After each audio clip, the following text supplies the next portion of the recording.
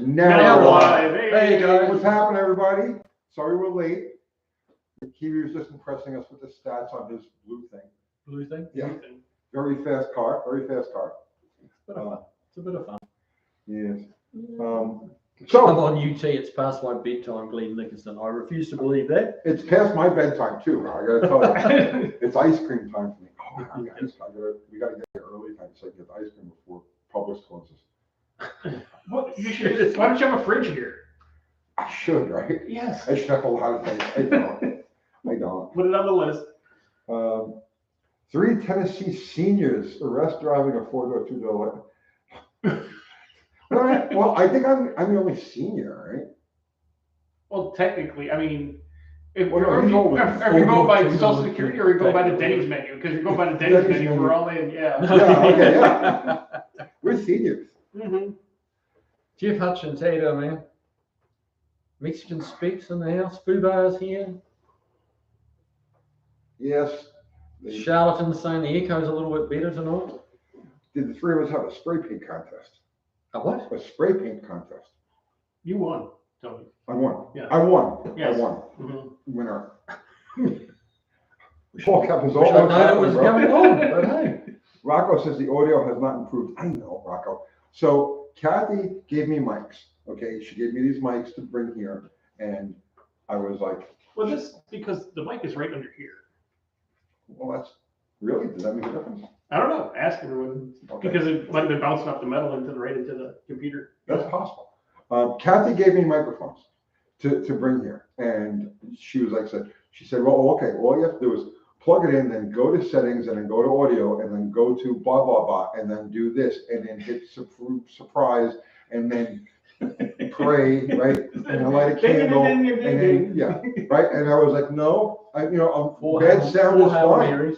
Bad sound is fine. Yeah. So, Don't blame Kathy. No. Yeah. so we'll have better sound next week. What'd you touch? We got rid of that little box there. Oh, So you can see the bottom of the comments. So you Yeah, can see all I the still can't see comments. the comments from here, but that's okay. You guys can read them off. all right. I gotta get. I like here. I'm out of focus, and there I can read it. Yeah. It's like it's not much in it. Let's see. What happened to the big blue one? Big blue one. The big blue one. What big blue one? His car? His car? I'm not sure. Yeah. It's outside, being very impressive. Mm-hmm. The gravel is beneath it. I feel bad when I see the car parked on gravel. I'm like, Loving. it keep me down. You just drive slowly over the gravel. Yeah. The Tarbo's big in blue, the house. Hey, Tarbo. the big blue microphone that Dallas had. Oh yeah, I forgot about that. I hated that thing. I gotta tell you, it was. Do you remember that big blue? The big blue phallic that you had to speak. That's Yes, what it was- Jason just said. It The was big so blue. gay. The big blue phallic mic was It Dallas. was so gay. Greasy Garage, UTG, what's the real difference between X? Stop touching me.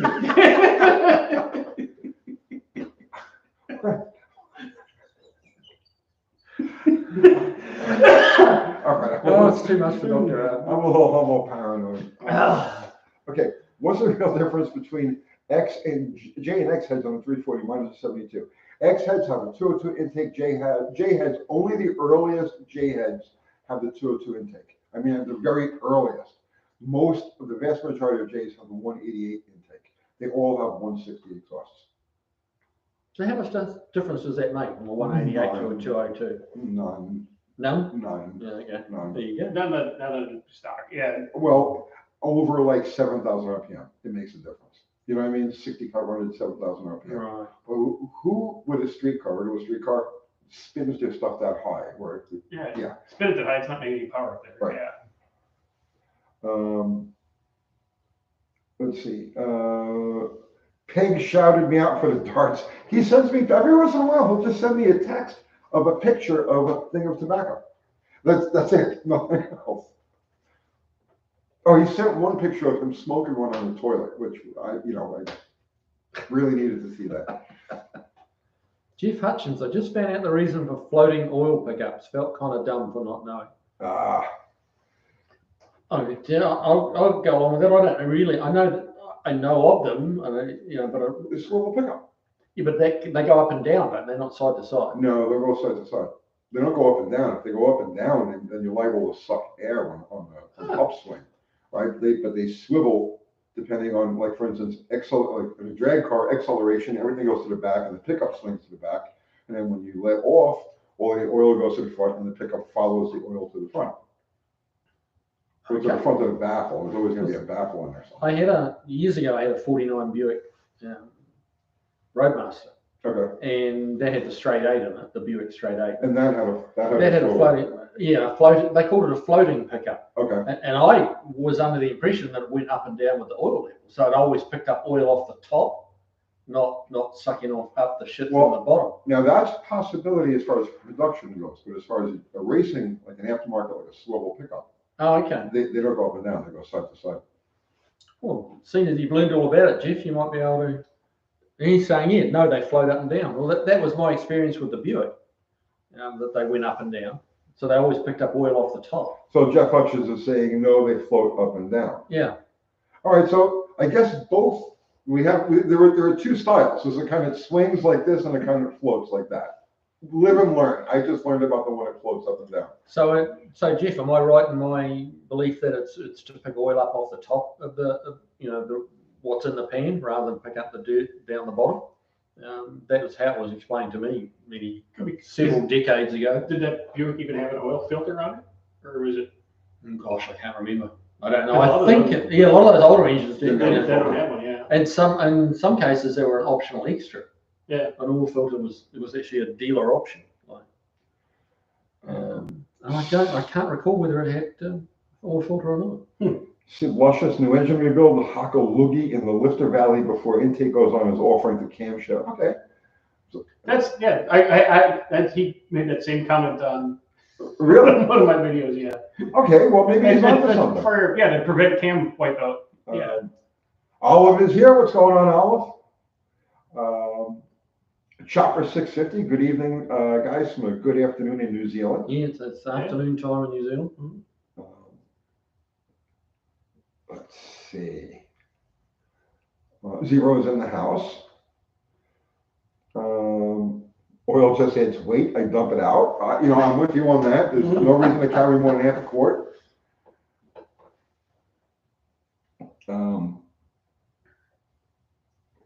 Mopar man, my uncle passed down a 67 four-door Chevy Impala to me and I'm 14.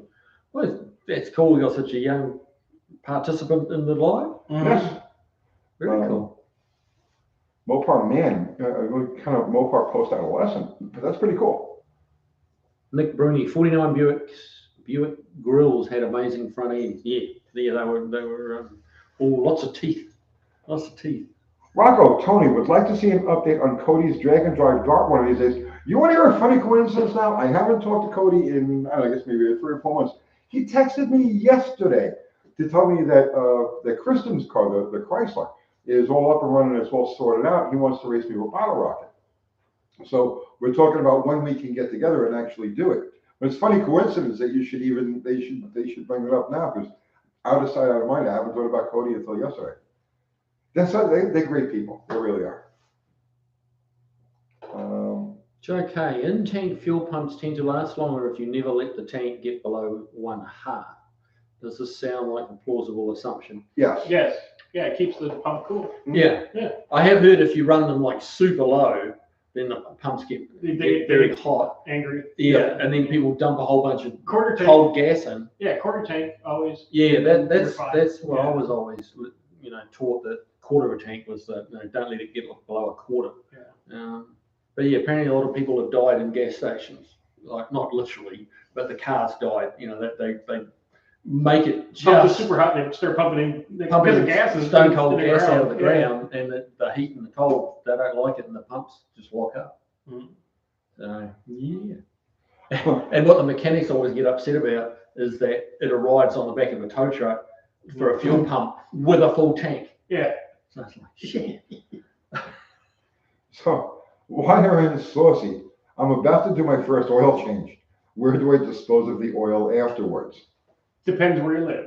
Depends where you live. Most of the parts houses will take oil for recycling, won't they? Yeah, if you want to, Like carry milk jugs full of dirty oil in your car back to the. Well, yeah. AutoZone and places like that. I mean, if you put it into a drain bucket and then refill your car, and you can then drain it back into the oil container. You get a buddy who's got an oil burner in his garage, he'll love you. Yeah. Right. Well, so the law here in Tennessee is that any place that sells oil has to take oil so any oil parts store has to take oil to be recycled. Huh. So but that's Tennessee. Different laws are in different places. Me, I save it up and I use it in my wrecker, which dumps a quart of oil, let's say every like 300 miles. You know what I mean? Dumps it or burns it? Oh, a little bit of everything. Right. A little bit of everything. There's always puddles under it. So that I recycling. Yeah. Or if you know anybody who has a waste oil heater in their shop, they're always looking for oil because they have to buy it. Mm. So in one local transmission shop, I like to take all my oil up there. I just take it in a 5-gallon drum at a time. You'd be like, thanks. Oh yeah, dump it in his heater. Yeah, he's happy as can be. Mm-hmm. Yeah, by the end of summer, he's got a lot of oil.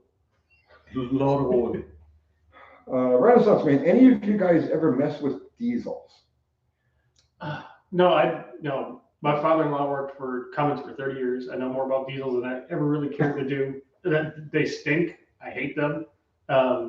People so dirty. Like even doing an oil change, you know, black. You just touch it, and then your clothes reek for 3 days. Black. Yeah. So if you love the diesels, great. Yeah. You can have all of them.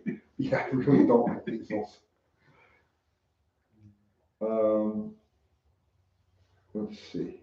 Most of that was saying diesel is expensive to mess with. Yeah, mechanic. Yeah, like working on repairing engines and stuff. Yeah, I've had a bit of trouble with my Cummins, my 2500 Ram, and every time I take it into the diesel shop, it's like $2,000 later. Like fuck. And that's just not even anything that. Yeah, well, you got one injector, and we got like this. Check engine light comes on. It's like there's $2,000. There's your 4 filters, and yeah, okay, yep, you're done. Let's see. So if you guys are not currently subscribed to either Dr. Art's Hot Rod Rehab or Kiwi's Cummins and Chickens, you should take this opportunity to go do that right now, post haste. Yes. Chief Hutchins, Kiwi is right about floating pickups. So is Dr. Art. They float just below the surface to not pick up sludge from the bottom of the pan before oil filters were common. So yeah, they probably didn't have an oil filter. Yeah. Well, a lot of cars back then didn't have oil pumps. Oh yeah, they were just splash feed. Yeah. And then you go back a bit further, and they were total loss oiling systems. Yeah, which is my favorite. I like the total. They had no oil pan. They just poured oil in the top, and you waited a while, and then you poured a bit more in. Yep. No need to get rid of the old oil. It does it automatically. Yeah. We should build a total loss modern engine. Oh my God! Really? Why not? A Garage 54 would do it. Mm-hmm. Just let's not try it on the 392 Hemi, all right? Just a reservoir and just no pan and just or just a big diaper under it. Yeah. Which was the last car that had a splash oiling? The last production, I think it was a Chevy. Up until like 1959, it might have been the stove bolt. I think those early stove bolts were a splash. The early ones. Anybody know what the last splash oil feed motor was? So Zero, there's a link to Kiwi's merch. Someday soon. Yes, we'll have merch, and that'll be where you'd find it. Dr. Art has merch. Yeah, you go to, now there's an update on that. Ooh. You can go to any one of the videos, and down below it, you can click and link and go to the store and buy the hoodies and the hats and stuff like that. I have a website, drtoprodrehab.com. There's nothing on it right now, so don't go there. But it's a quick read. Yeah, that doesn't take long. Exactly. Yeah. Well, that just happened yesterday, so it's you've got a short attention span. Haven't done much place you want to go. I was going to name it. What was I going to name it? Tennessee Riviera Orchard, but someone took that name already. So. The stove bolt 6. Okay. All right, so I was right about that one. Rocco says just bourbon time. Yeah, I just start bringing. If you get a fridge, I can leave a bottle of bourbon here, and I can just. Well, why didn't you Some say ice, so? yeah, There'll be a fridge Get the right bowls with the big there. ice cubes. Yeah. There'll be a fridge right there for Have you. old next- fashions as we do. Oh, yeah, we can get an orange. Yeah. Yeah. That's lovely. Mhm. Then we just have to find a way of getting home. I'm close enough. I can risk it. Just print your merch upside down and sell it through Kiwi's page. Yeah, there you go. Well, for me, Tony, I don't know how you only have 354,000 subs. You're criminally underrated and deserve more subs. No, I have enough. I have plenty. I'm happy with what I have. Also, how is that 67 Charger? 67 Charger, I pressure washed it the day before yesterday. I got to throw a battery in it, throw some gas in it, and start driving it around a little because I'm taking that on Power Tour. Dr. Art's taking Big Richard, and he's taking Large March. Jesus Christ, we call these names. And That's a lot to remember. yeah. So yeah, I got to start using that car again. I've been using the Swinger. I got the Swinger outside right now. The Marge's exhaust look nice. Yeah, they come up good. What shop did that? Smart, eh? I did that myself. You couldn't get it. I've never found a muffler shop that could do that kind of good work.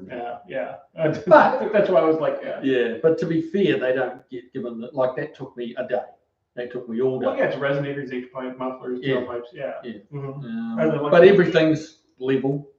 Everything's symmetrical, and like the tailpipes coming out of I like the 45. tailpipes. So cut. I prefer to have a little variety to my exhaust. Yeah. You know what I mean? I know it's nice to have them even at times, but I like that little bit of a angle, height difference. When you're going behind it, one's kind of down on the coat hanger. Exactly. Yeah, it gives it character. Anybody can have a dead straight, perfect exhaust system. Oh, I'm a bit OCD on exhaust. Like I've got a 4-foot level, so I'm up there between the two across the two mufflers, making sure they're level. All right. Well, you'll have to change it once you put the Hemi in the truck. So.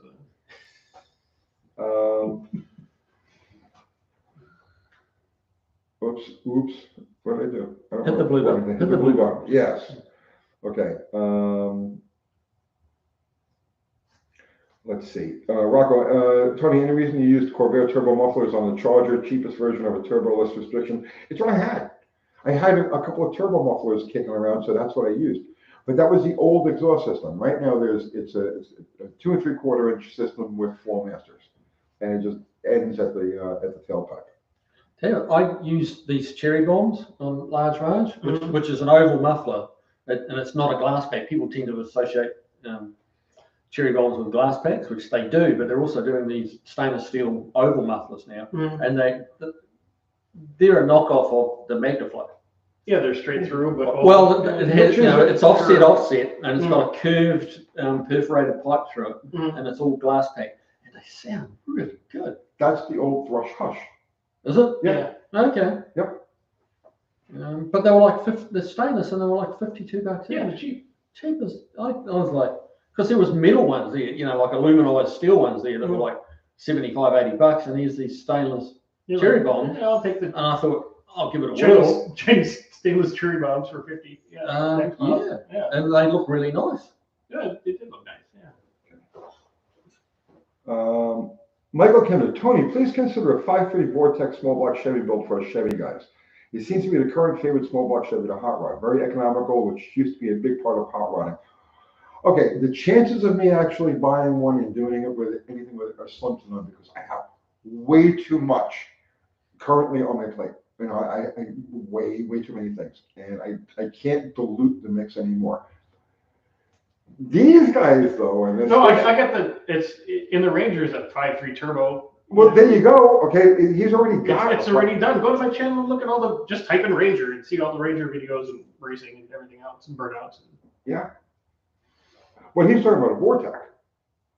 He's not talking about okay, I got a small block Chevy. I'll go get some Vortex heads, call it a Vortex. And well, you have an LS in yours. Yeah. Right. Well, the Vortex is in between the regular small block Chevy and the LS. Yeah.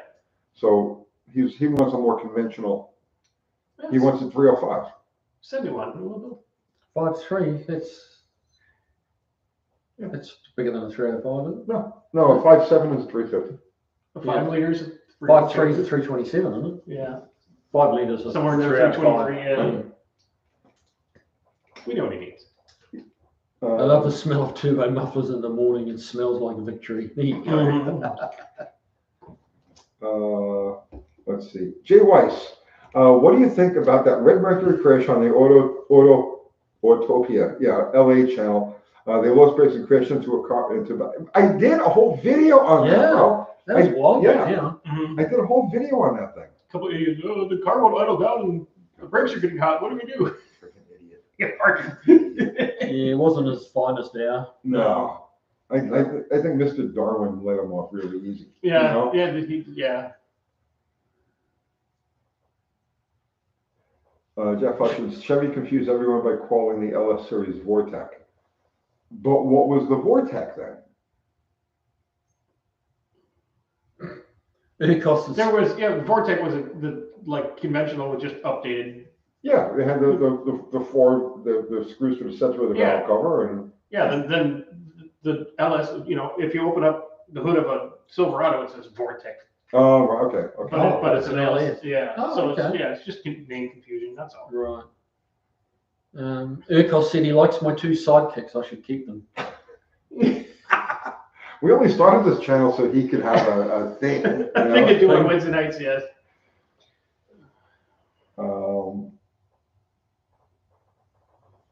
Tony isn't lying. Slaghammer and bottle rocket strip time too. Yep, he disappeared. 2-door XJ project, 2 motors for Kiwi, a trans for Dr. Art, and the scattered Hemi block, the mule, etc., etc.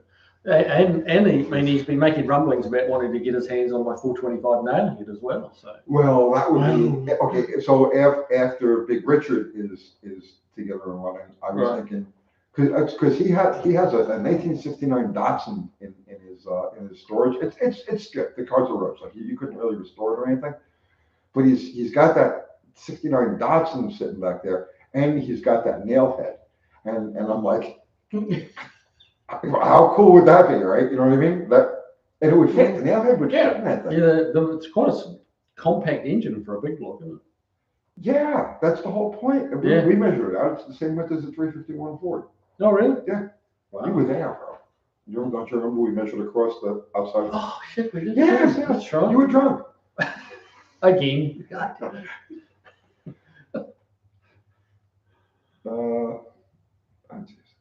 Okay. Straight Bullet, what's happening, brother?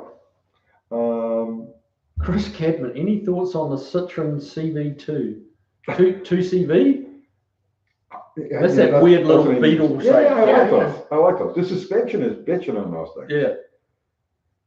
You see, when Top Gear actually tested it, because apparently it was said that you could drop a 2CV from a helicopter. So they did. I didn't see that one. Yeah, they dropped it from a helicopter, and no, it didn't work. It didn't work. No. It had a lot of camber after it landed. But the suspension on that is ingenious because all 4 shocks are tied together. Yeah, it's that hydro. So when one compresses, it pumps up the other ones and balances the car. It's crazy. Yeah, they were ahead of their time, the Citroens back then. Jeff Hutchins, has Tony figured a way to implement his scheme of making money off of Big Richard? I didn't think I did. No, I'm not even making money on it. None of us is making. Kiwi's the only one that benefits from any of this stuff. It's Kiwi's show, and we're just dancing on his stage. Yeah. Only Kiwi is in color. Yeah, these guys. These guys are in black and white. We got to feature him exactly. He's sitting in the middle in color, and we're. Let's see. I finally watched the Dodge video. They missed the mark. I think Dodge just made the new Mustang 2. Cold War Scott from Cold War Motors is saying, good evening, gentlemen. I just run quiet grandpa mufflers. Is there much performance difference on a stock engine versus louder mufflers? It's not volume, it's the design of the muffler. Like a cheap muffler just has baffles, so the exhaust has got to do all kinds of things. And a low restriction quiet muffler is designed so those baffles take the sound away or reduce the sound, but don't. There's no real correlation between volume and power. You know, it's the design of the muffler. That's Yeah. about accurate. Yeah. Yeah. You know, it's like a straight through glass pack is actually a hindrance to performance as opposed to a well-designed in and out style. Oh, really? What is that? How does that work? The perforations cause all sorts of turbulence in the exhaust. Oh, okay. You know, so at higher RPM, it's like a low RPM, it's not really a restriction. The volume of gases through that or along that perforation, it's not sufficient to cause crazy turbulence, so the exhaust just goes through. But now you get up to 4, 5, 6. That's why they rap on everybody with the pickup trucks. Like, it's the pulses of the exhaust. Yeah. But I just Scott, I just watched that video. I'm catching up on a lot of channels. I just watched the video you did on your bikes the other day, man. You got some cool stuff. You got some very cool stuff. I definitely need another CB750 in my life. Chris Cadman, careful looking up Big Richard on the internet. Yeah. Oops. Delete browser history. Yeah. Hot Rod Monza, I bet you can't even see that on a dyno UTG. Oh, you certainly can. Absolutely. A regular, like low performance, when I say low performance, like a cheap glass pack will absolutely cost you power. And if you go, you'll find dyno tests on it. Can't tell you how much, because that's all be dependent on the engine. You know, there's too many dependencies to say, well, it's going to be this much power. But there's absolutely a power loss with those things.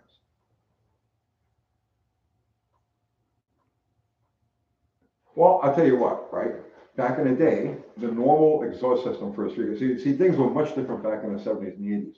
The typical exhaust system for like a street strip type of car was just glass packs hanging off your mufflers. Nobody ever bothered with pipes that went past, you know, that. So you have your headers and then your glass packs bolted to it and done. You're finished, right?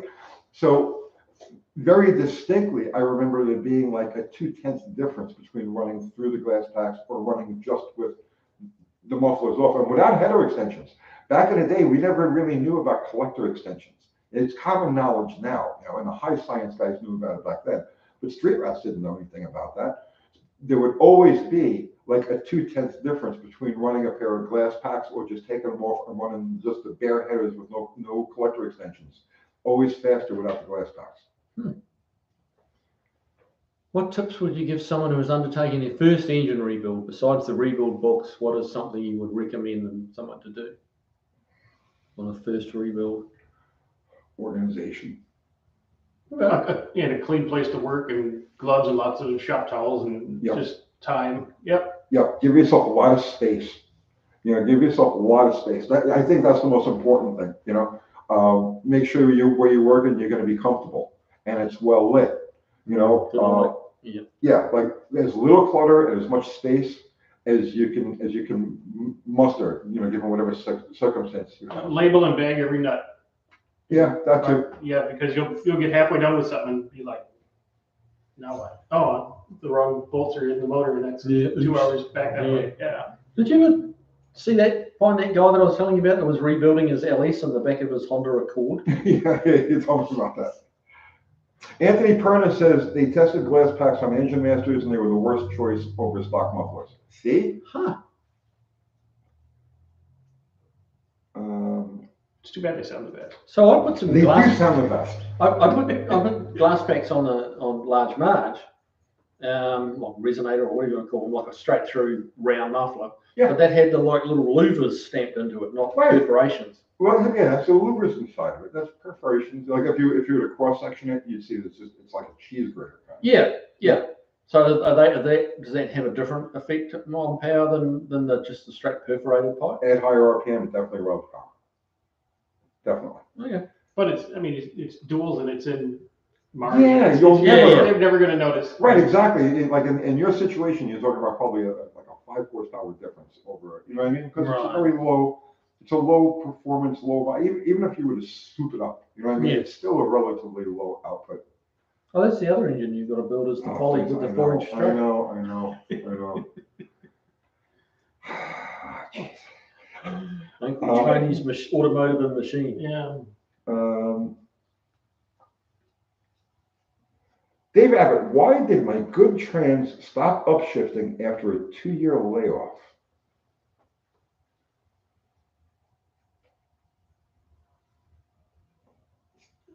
Oh, governor seized, who knows? I don't know. Yeah. I don't know. Dave, I don't know. And there's so many different types of transmissions. Really, that's a really tough one to answer. Just wanted to know if you, Uncle Tony's, just wanted to know if you still believe turning an engine off is the best solution when you lose your brake. Interesting topic others here might find interesting. Why would you turn your engine off if you lose your brakes? I guess to stop To the slow engine down. driving you, but you could just pull the engine into neutral too, couldn't you? Well, yeah, but I'm sorry, brain fade. He's going back to that Autotopia. That Mercury crash. Yeah, well, in that case, the throttle was stuck. The thing was idling at like 2,500 RPM, and it was just driving the car. So of course, yes, shut the freaking motor, right? But no, if it's just a normal situation where you lose the brakes, I don't think shutting the engine is going to make that much of a difference. Pop it into neutral. Yeah. But if it's high idle and you've been dragging the brakes for 5 miles an hour, Right. there's just so Wasn't much gas buildup, they do Wasn't nothing. it supercharged as well? Yeah. It was just, Your big blower hanging off, like, oh, the throttle. they drove that thing around for miles with the Those things tend to spin the wheels like quarter of a turn every time they go up and roll over, don't they? Yeah. So they're trying to push the car along. So yeah, I mean, it's not a golden rule to turn the engine off because obviously you lose. So if you've got vacuum operated brakes, then you lose that effect. Mm-hmm. But I'd rather lose a bit of vacuum assist than have 500 horse pushing you Right into a wall. Yeah. Into the car in front of you. Yeah. 73 mm Hurst millimeter. Hurst, the sound is getting better. Dr. R came up with a fix here with a bumper sticker. Sound guy. It's a metal desk and the mic is right here. So it was just bouncing off, and so we padded it a little bit. If we could move the computer but if we move the computer, the camera will die. So that's the best we can do. I was going to say stick a shop tail on there. Yeah, no, that's too much movement. Too much movement. My brother, Normal James, Tony, I learned from an early age that an exhaust system can be easily fixed with a basic wire hanger, or do you no longer suggest this method? No, every time. That's why I carry wire hangers with me everywhere I go. We held up the exhaust on large Marge to make the trip back with a battery cable. There you go. We took one off of it that was the cable from the solenoid to the starter motor, so it had an eye at each end, and all the insulation had fallen off it, so it's like Just okay, yeah. We just wrapped it around the exhaust, put a little nut and bolt through the eyes. Good to go. Yeah. 2,000 miles later, I just cut it off like last weekend. End of Time says if you shut the engine off, people can hear you scream. It's genius. You're a genius, bro. So Viva La Cruz. I'm rebuilding an inline 6, and besides putting in a bigger camshaft and carb, would installing flat top pistons be worth the performance increase they would give me even while raising compression? What inline 6? Yeah, it's a help to know what inline 6, what are your performance goals with the thing? The cam has a lot to do with it too. See, if you're putting in like an RV type of cam, you got to be very specific what you're doing with the engine. If you're putting in like an RV type of cam, there's no need to raise compression for lower RPM, because what happens is an RV cam, raising compression becomes necessary when you go with a bigger high performance type of cam, like a higher RPM type of cam, because you're bleeding off bottom end power, right? So raising the compression offsets the static or the dynamic compression ratio decrease you get through the larger cam. But since you're doing an inline 6 and it's probably just a driver, and like I'm just reading between the lines based on how you're phrasing your question, you're kind of new to all of this. I would say if it's a cruiser type of car, go with an RV cam, a moderately sized carburetor. Don't go too big with it, and work with ignition timing. I would say you're going to get more seat of the pants increase of a normal driver through working with the distributor, getting the curve right, than you will by bumping the compression, let's say from 8 to 1 to 9 to 1. Do you guys agree with that? No, that's right. Because when they made straight 6s, they were in the O'Connell boxes, and the timing curve stiff springs. It was just meant to just put Yep. along. Get a little bit more out of it, a little bit lighter springs. You'll advance the timing. You get a little bit more zip out of it. And yeah, I mean, it does depend a little bit on what six-cylinder. You might be talking about a 1950s stove bolt. Yeah. With 6.5 to Or 1 even, compression. even if it's like a 170 or 204, just a little bit of a cam and some timing, it'll run great. Steve, yeah, Kiwi needs to save a battered Humvee, large Sarge. that's nice. Straight bullet, aim for the softest, least expensive object that's in front of you. That is, okay, if you ride motorcycles, that is a philosophy that will save your life, and it has saved my life. When you're going to hit something, right, when it's inevitable, okay, and there's no question about it, you're going to come in contact. Always aim for the softest part. Always look for the softest thing. Like, you want to hit a quarter panel, like, not at the wheel arch, but like just in front or just behind, right? Or you want to hit the door just in the center. You don't want to hit the post or the hinge pillar. So yeah, always aim for the softest part of the thing that you are going to hit. The grass versus the tree. Yes. Yeah. The hardest bit is keeping the mental focus, though, not just being like, Well, you get Like, that that's after you crash 3 or 4 times. You know. It becomes old hat. Yeah. You don't really notice it after a while. No, we're like- Here we go again. I remember when I started rallying, like you'd arrive at a corner too fast and then you just freeze up. Yeah. You're just like, oh shit, and you're hard on the brakes. You're not slowing down enough, so you push harder on the brakes, even though the wheels are already locked up. Mm-hmm. And then, after that happens a few times, you learn to go, oh shit, I'm in trouble here. Yeah. What's the best option? And this is all happening in milliseconds, but yeah, you choose where you're going to crash. Yeah. And if there's a big old pine tree coming, then like you try not to crash. Not to hit the tree. Yeah. Stephen Vial, lower compression, embrace turbo. Not for nothing, okay. So back to the guy with the 6-cylinder, Love to Cruise, I think his name was. Honestly, no, not for nothing, but he's actually right, because for the same cost of a set of aftermarket pistons to raise the compression, you could do an eBay turbo, a couple of just a simple teriyaki tornado from eBay, like $180, $190, right? Yeah. Maybe that's a good one. That's a good one, right? For a 6-cylinder, they're $100. Yeah. And Really? in the install kit with all the plumbing and work, that's another $50. And you got a MIG welder. Yeah, like $200 you can turbocharge the thing. Yeah. And it's like it would cost you less than a set of pistons would. Yeah, it'll be a hell of a lot of fun. Make good noise. Twin turbo Marge. You can do it. We can do it. Mm-hmm.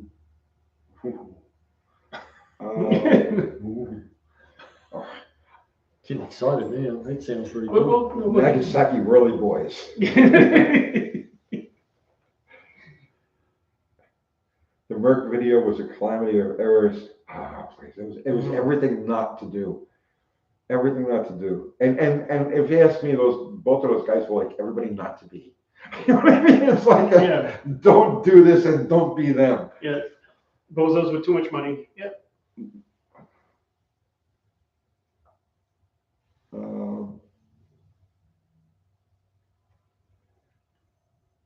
Let's see. That's a bit weird, twisted. I don't know what he's talking about. Mm-hmm. Joe K, what do you think of those supercharger kits that you can just slap on an engine? Are you familiar with it? Slap on like something you're buying off Wish.com or something like that. Get what you pay for. It's just going to cause you problems. You need something with a supercharger, dude. What's that? You need something with a supercharger. Yeah. Well, we've got that intake for the 392 that will take a supercharger. Well, then let's sell those carburetors. Or you take those 3 carburetors and put them on top of the supercharger. Oh, could do that too. Yeah, a blower and a 6-pack together on a Hemi. Yeah. Well, that sounds it. Kiwi's going to put a blower on his Hemi. I can't wait. You know how much room you have under the hood of that thing? Well, yeah, there was a lot of room, wasn't there? Yeah. That's why I put that intake and then the spacer to carbon and that giant air filter. The picture I sent you. Yeah. It's all gonna. You could actually do. Yeah, from the bottom of the intake manifold to the top of the air cleaner is taller from the bottom of the intake to the bottom of the pan. Yeah. Well, there's plenty of room in that truck. Yeah.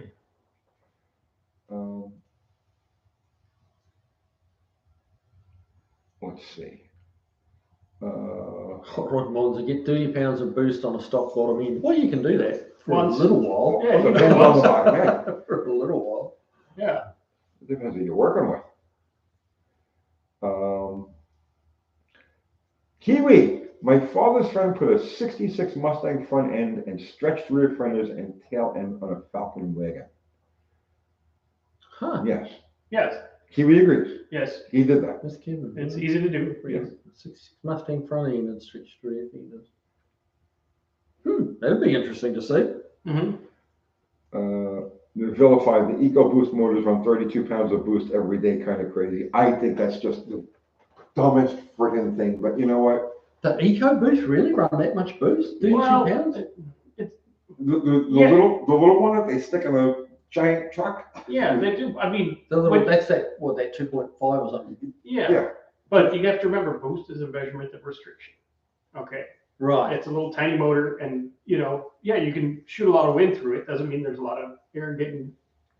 It's volume versus boost. People get the math wrong. But it's also heat. Yeah, It's a I'm measure gonna of say, you heat. make It's a lot of 32 heat. pounds Yeah. boost. That's what I'm generates saying. some It's heat. like that engine is under constant. It's a constant grenade. Yes. Yeah. Yeah. I mean, they could build that out of the best materials, the engine itself, but how about everything around it? See, that's my concern. Like the Chrysler, the Hurricane thing with the twin turbos.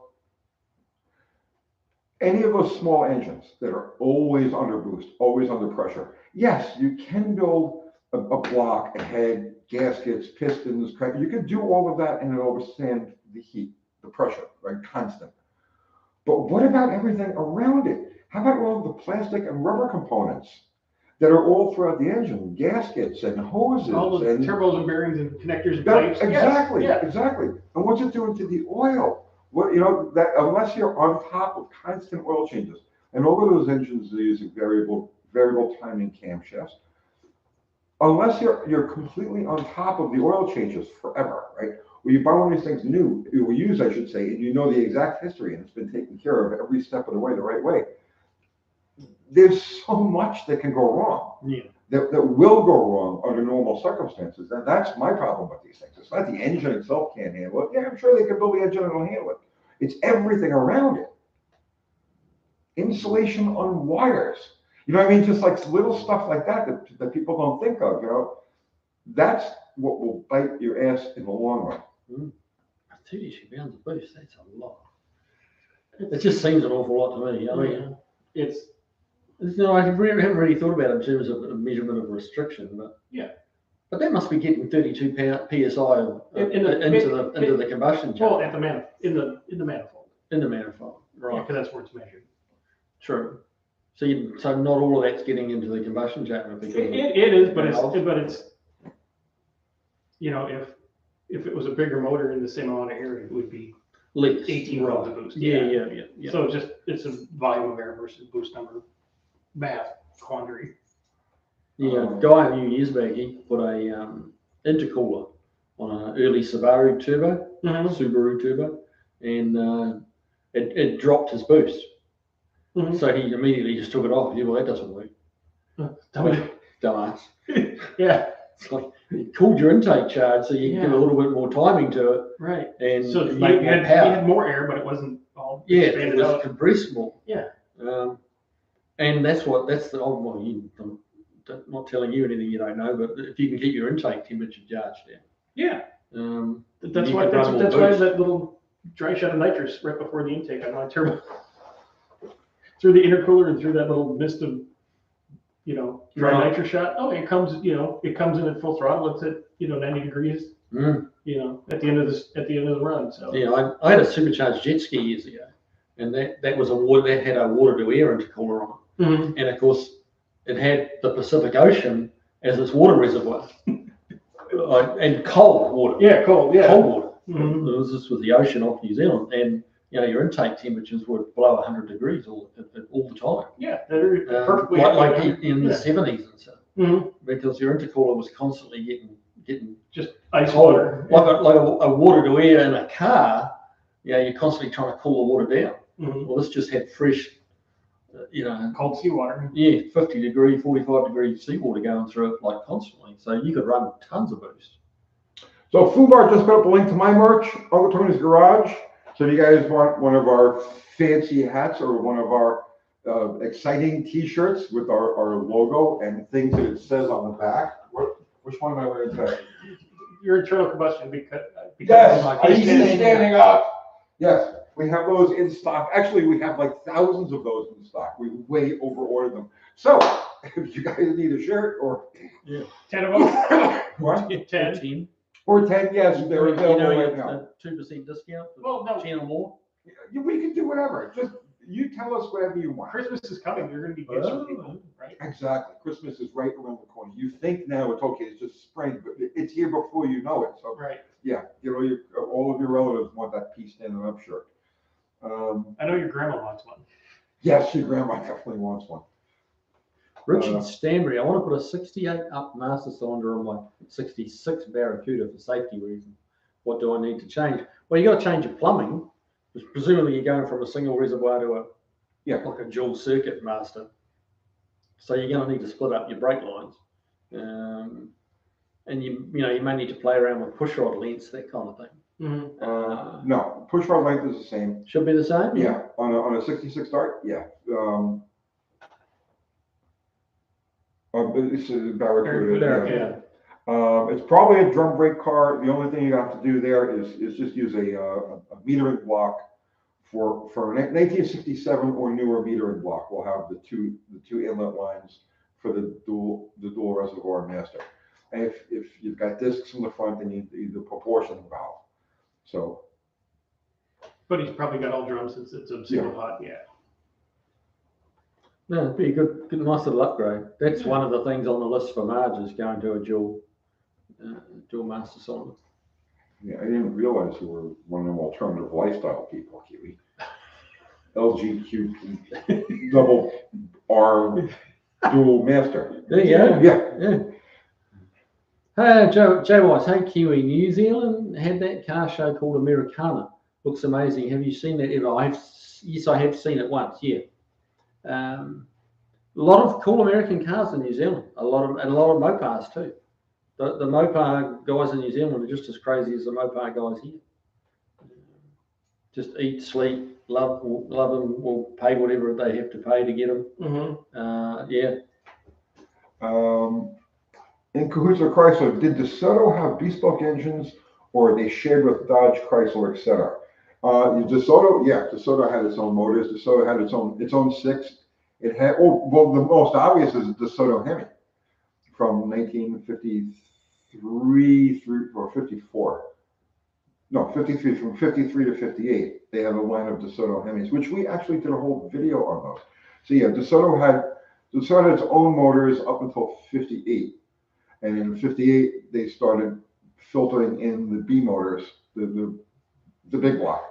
So 59, 60, 61, the last year for DeSoto, they had corporate engines. But previous to that, they had DeSoto specific engines. So Mopar Man 67. Tony, everyone thinks I'm crazy for keeping 11-inch drum brakes. I told them to check out your channel. There is nothing that will outstop those Chrysler 11-inch drum brakes. Period. The end. Right? They're amazing. Of course, these guys would disagree with me. We were just having a little snigger fest over here. Well, I'll tell you what. You guys have probably never driven a B body with 11-inch drum brakes. You are correct, sir. Yeah. Okay. Don't knock them until you try them. All right. Those things are like anchors. You hit the brake. You give me even the suggestion of I want to stop, right? And you are stopped. NASCAR. That was the standard drum brake in NASCAR until 1975. Really? They didn't even allow disc brakes in NASCAR. It had to be a minimum 11-inch drum brake, 11 by 3-inch drum brake. And they used on the Chrysler. 11 by 3, like 3-inch. Was that a NASCAR thing, or is this what the V bodies had? That's what the V bodies had. 3-inch wide Yes. tubes. Wow, that's wide. Do not knock those 11-inch drums unless you've actually used them. UP tinkering. Can't wait for the XJ drags and improvements along the way. That will be some interesting stuff. I am so looking forward to that. It reminds me of the Mustang, and I can't wait to get out and just start beating the piss out of this thing. he also asked when we're going to hear large margin, because I did the short of just the exhaust system, but I was on my own that day when I shot that. So yeah, this probably tomorrow afternoon we'll try and do a little short of the sound of it. It's pretty quiet. It's pretty quiet. But it's loud enough you can tell it's a V8, but it's not. There's no big loud rumble to it. burbly exhaust. No, but you can definitely, as it pulls away, you can definitely tell it's a V8. But I figure, it's probably making 150 horse, if that. So, we get that up towards the 300, it's going to be a bit loud. Yeah. And horsepower is what makes noise. Andrew Button is asking, did our A12s have factory 11-inch drum brakes? Yes, they did. That was the standard. You could get the Kelsey Hayes drums, discs on those things, which were a disaster. It was only a 2-year, or was it 2-year only run? 2-year, maybe 3-year. Very hard. It was a 4-puck. It was a 4-puck caliper, and the brake pads for that thing became unavailable really early on, like around 1978, 1979. You couldn't get pads for those things anymore. The first cars I ever converted from disc to drum were those. But anyway, yeah, the factory 11-inch drum brakes were standard on all your Hemi cars, all your 6-pack cars, right up to the end of production, really. Okay, would those drum brakes be able to stop that shit before it hit the bridge? Probably. Probably. Although I don't really think anybody wanted to stop that ship before it hit the bridge, but let's not go let's not go there. Let's not go there. Greasy Garage, street racing mishaps from the past. Yes. Yes. Oh yeah. Let's see. Anthony Perna, Tony, I want to rig up a cheap exhaust until I can afford a real one. Okay. How bad is the flexible exhaust tubing? I have a Ford 300 with dual outlet header. Will true duals hurt power like on the slant? I would run a big single. I would definitely run a big single. Go 2-to-1 to that. And yeah. And single. Yeah. Yeah. Let me tell you, inline sixes, right? Inline sixes with dual exhaust sound weird, okay? Like they sound good when they're idling and shit like that. But trust me when I tell you, when you drive down the road with them, they have this odd resonance. And I guess it would matter how you broke it up, but generally they break it up the first 3 cylinders and the back 3 cylinders. But when you drive down the road with an inline 6, a 153.624 motor with that typical type of exhaust setup, with duals, the sound pulsates. The sound comes and goes. Are you familiar with it? Yeah, I know what you're talking about. Yeah. Right? Mm-hmm. It's unnerving. It's horrible. It's horrible. It's horrible. And you're throwing away power because heat is the lubricant of exhaust. So when you run a dual exhaust, it's losing much more heat through the length of the exhaust than if you run a single. Heat is the lubricant of exhaust. So the hotter you keep the pipes, the more efficient they'll flow. And the dual exhaust automatically gives up a bunch of power. So where you can run a big single diameter exhaust is always better than running the dual. Okay, so Mr. Nobody, he thinks he's messed up and he installed his flywheel on his 351 Cleveland without using thread locker. How big of a deal is this?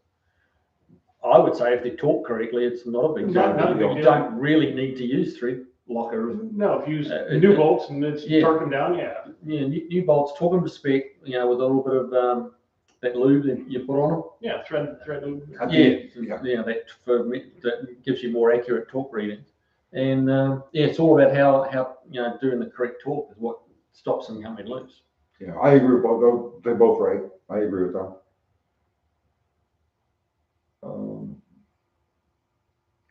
In cahoots with Grace, Tony, thanks for recommending Charles Phoenix last Sunday. I've been binge watching his content, commenting UTGs. I mean, he's great. He's absolutely great. You guys familiar with Charles Phoenix? No, I know you were talking about it. He does. It's not hot rod stuff. He's into the late 1950s, early 60s, like kitsch sort of things. Mm-hmm. And he's a car freak. He's extremely gay. You know what I mean? But it's that whole flamboyant thing that goes with it, right? Great personality. One of the most enjoyable automotive channels on YouTube. You could just binge watch his stuff. Yeah. Yeah.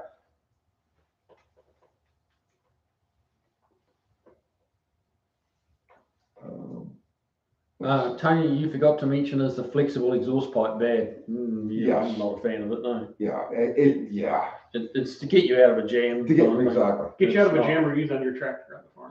Right. Yeah, But other than that, no. Yeah, I mean, if you just need it to get through a couple of weeks, let's say you're saving up money for the pipes that you really want, then yeah, I mean, go ahead and use it. But not any more than that. Mr. Nobody, I used ARB bolts and talked to 87. You got nothing to worry about. No, you're good. Just carry on, put it out of your mind. Yeah, take it out of your mind, sleep easy.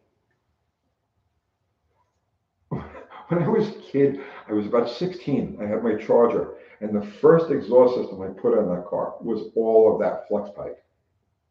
Dual exhaust.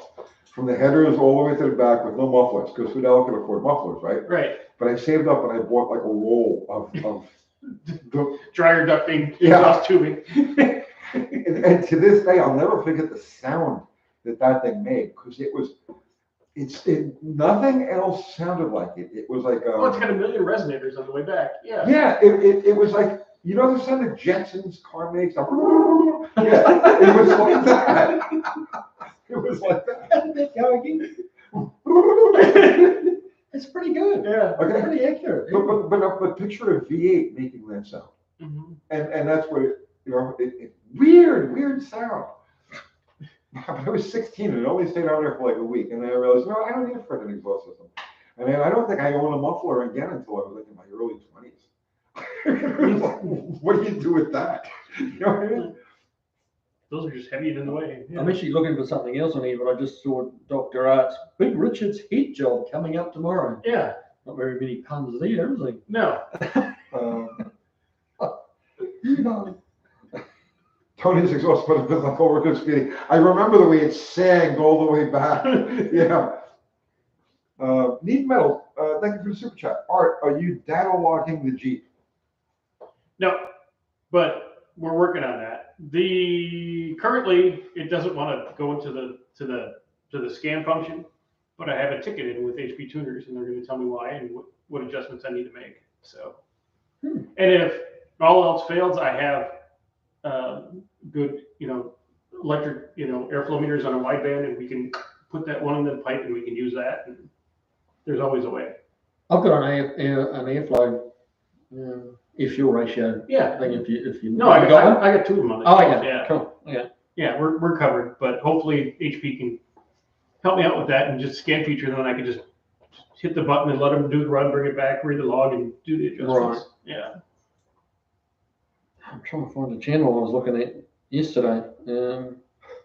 This guy, there's a dismantling yard, a Mopar dismantling yard down in Georgia. And I was watching a video on it yesterday, and they had like 600 Mopars, mostly 60s and early 70s Mopar. Bert's. Okay, because there's Stevens Performance in Alabama. No, this was in Georgia. Okay, I've never heard of it. Herbs, it is. Herbsparts.com. And it was like Did they take a picnic and like go and just torment the shit out of yourself for like 8 hours. Like the cars were just amazing. 20 acres of, and it's just, there was one Rambler there and everything else was Mopar. Ford looked Mopars, there was they had a Hemi car there. The Hemi was gone, but they had an old Hemi car there. It was always fun taking people, when I lived in Vegas, taking car buddies out there. You take them to the pick apart in Vegas. Oh. And they're like, oh my God, all these cars are perfect because none of them had any rust and stuff like that. They're just like, oh, they just need interior. It's got to be tragic. Yeah. It's got to be tragic. Yeah, and they just lose their minds. It's hilarious. Bill McKeiska, thank you for the super chat. Are X pipes more effective than crossover headers? Or are X pipes more common now because they're easier to fit in most applications? Okay, so a crossover header, all right. Very few applications use crossover headers in any. So those, I always think of that as a Ford thing. That's something. The big blocks Fords, with the bag of pipes coming out of the bottom of the. Right. That was a NASCAR thing for a while too, wasn't it? Yeah, They had them all coming around into one drag eight racing pipe collector. NASCAR, IndyCar too. IndyCar was used a couple of different applications where they had The 180-degree. yeah, bed of snakes. But it's a different thing. That's a whole different thing. Yeah, The idea behind the crossover headers is to pair cylinders in such a way so that the cylinder on each side is being paired with its closest relative in In the order, firing firing order. order. So you Right. don't have two pulses, then a Right. thing, and a one, and then another. This way, it's 1, 2, 3, 4, 1, 2, 3, 4, 1, 2, 3, 4. helps the scavenging, doesn't it? Yeah. right. Where an X pipe is more or less forced. So what I'm looking for, forced homologation of the exhaust. Force, yeah, Right. balance, exhaust pressure. Forced balance of the exhaust. Yeah. I mean, yeah, the X pipe shows a small improvement. Again, it all depends on application now. Small improvement over an H pipe. H pipe generally shows a small improvement over individual pipes. So the sound, I can't handle the sound of an H pipe exhaust. You don't like the farmer's pickup truck noise? I hate it. I got rid of the car because I bought it. Somebody had put a brand new H pipe exhaust underneath it, and I loved everything about the car, but I couldn't stand the exhaust note. And it was just like, do I want to climb underneath her and chew the exhaust, or just get rid of the car? I just got rid of the car. Get rid of the car. I put an H pipe on Marge. Yeah. See, now, like a small block Ford on an H pipe sounds wonderful. Right. Like a Fox body or like a Cougar and stuff like that. Real good sound. But like others, like Chrysler stuff, no. 1-843-6572 motor doesn't sound No. good. Huh. But I haven't really liked That's it. what I Ford did. sour There either, you to go. tell you the Yeah. truth. I was going to put an X pipe on it, but I didn't. But you get X pipe and resonators. Yeah, but your resonators and mufflers. Yeah. Yeah. Never know it, but. Thank you for the super chat, Need Metal. All right, are you tuning as close to knock as possible? On the G. Well, we don't know where knock is because we're just started, and for right now, it's all stock. We're gonna, once we get the scan feature working, we can. And there's no knock sensor on those. I was going to just going to. That was Yeah, my next question. Is there a yeah. knock sensor? There's no knock sensor enabled on that. It's on just that your engine. ear. It's just the ear, what octane we're gonna run, how warms are gonna run. Right. You know, we just gotta work all that out. Ideally, yes, but we don't have an answer for that yet. And I was talking to Tony about this before. The stock timing table on the XJ in the computer, it's not bad. Okay. You know, the curve isn't bad. There's just some weird parts in the deceleration table for the timing that are a little obscure, but they work because it's drivable. But just for drag racing, we can trim those out. And Okay.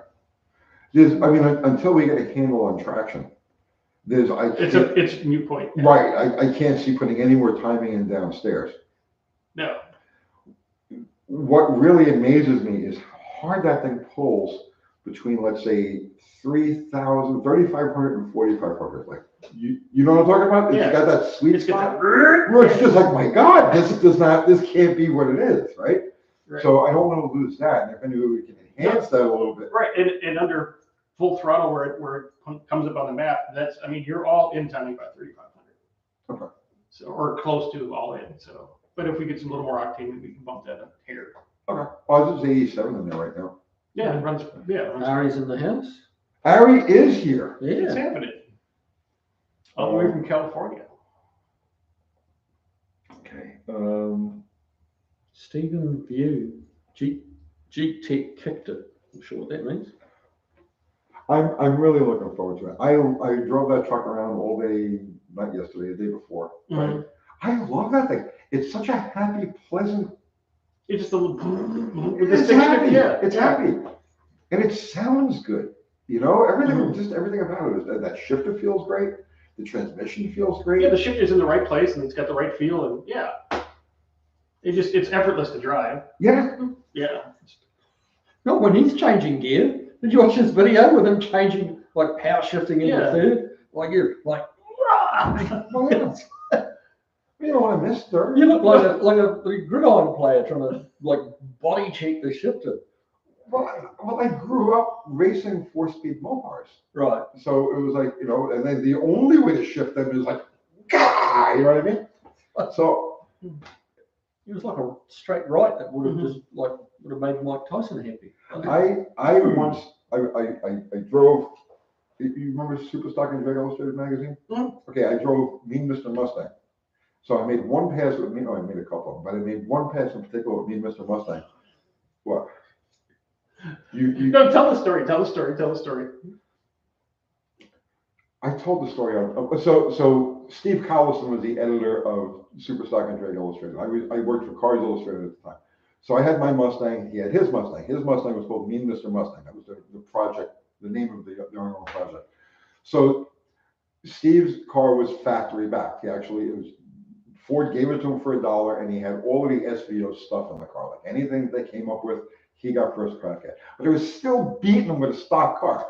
So we were at Atco one night, and I said to him, he made some kind of wisecrack remark to me, and I says, "That's just because you don't know how to drive." So he says, "Well, go ahead. You think you could do better? Go ahead. Go ahead." So I get in his car. This was at Atco, and first pass I ever made in it, my car had the stock long shifter in it. So the throw was pretty significant, and he had the short Hurst shifter in his. So I launched the car, pulled second. I said, "Ooh, this is like really short." And then when I went for third, I shoved forward with third. My hand came off the top of the shifter. My thumb was out, and I broke my thumb on the steering on the dashboard. And I'm looking at I'm in third gear. I put 2 wheels off into the grass. It was before Atco had the guard wall on the side. I put the 2 passenger side wheels in the grass, looking at my thumb facing back at me. And I said, "Well, okay." And I grabbed fourth and drove it through in fourth gear. And I went quicker and faster than he had ever gone in his own car. He was so freaking pissed off at me. It wasn't funny. But man, I'm just, what the fuck? Do I finish the run? Yes. Oh, good Lord.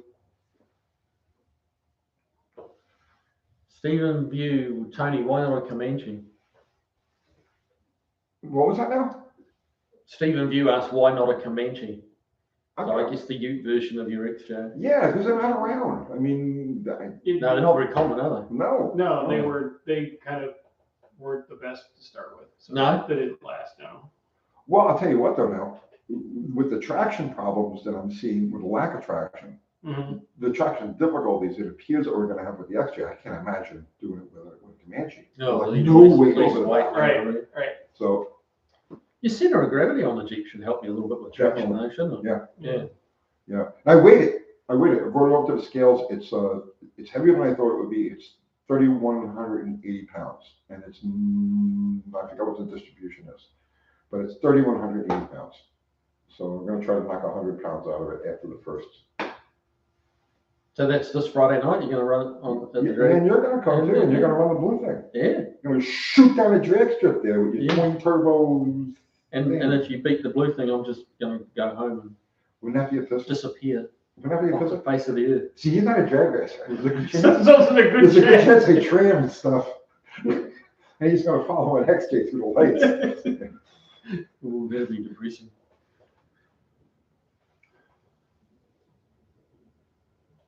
Grumpy did it well while smoking a cigar. Grumpy Jenkins. Is it Yeah. Grumpy Jenkins? Yeah. Well, I smoked cigarettes and drank coffee at the same time and shifted.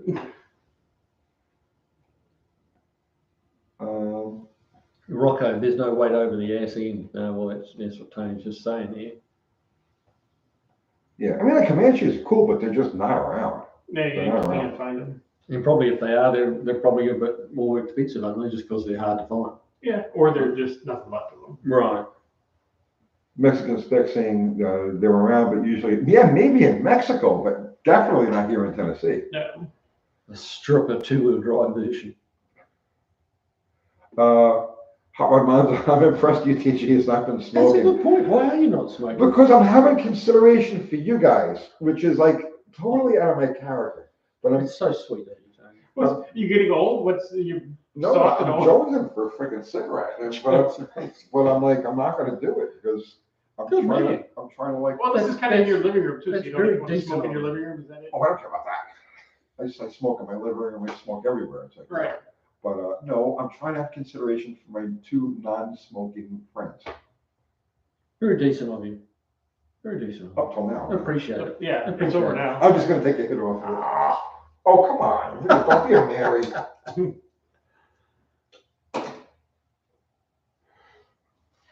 Chief Hutchins, they definitely made Comanche 5 speeds.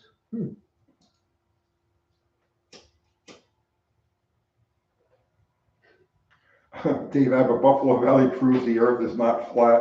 We're gonna go to Etheridge on Friday. But I may go to Buffalo Valley on Saturday. Actually, you know, that could be pretty cool. Maybe, well, so you can't really go apples to apples because Buffalo Valley is 2/10 slower than. Right, well, you can prove your theory that it's 2/10 slower. Well, we could do that too. Oh, that's interesting, right? Yeah. As long as the weather's similar, that Right. could be an interesting. Yeah, it's supposed to be stable all. So why is it 2/10 slower? It's up. It's uphill. That'll do it. And a stick shift is interesting because you got a handbrake. Yeah, you got to. Oh, really? Is Because that- you'll roll back out of the lights. That was the biggest problem I had running bottle rocket out there because there's no parking brake on the car. Took the parking brake out. So to stage the car, you had to like use, you know, all different feet you don't really have to hold the car with the brake so it doesn't roll back and keep the clutch in and build the revs. That was, yeah. Bill McCosker. Thank you, Bill. Wants your attention. Still trying to piece together the new engine for my work truck for low end torque and interstate ramp acceleration. Should I be looking to step tube headers or tri-Y headers? Mild 318 built for torque in a truck. I'm not a fan of the tri-Y headers. Yeah, but tri-ways will give you a little more torque downstairs. Okay. The tri-Y would work, would be better for that on-ramp type of acceleration, like under, let's say, 4,000 RPM, right? Or thereabouts. Don't quote me on that. But I would say a tri-Y, a small diameter, shorter tube header would probably work best in that application. Would you agree with that? Yeah.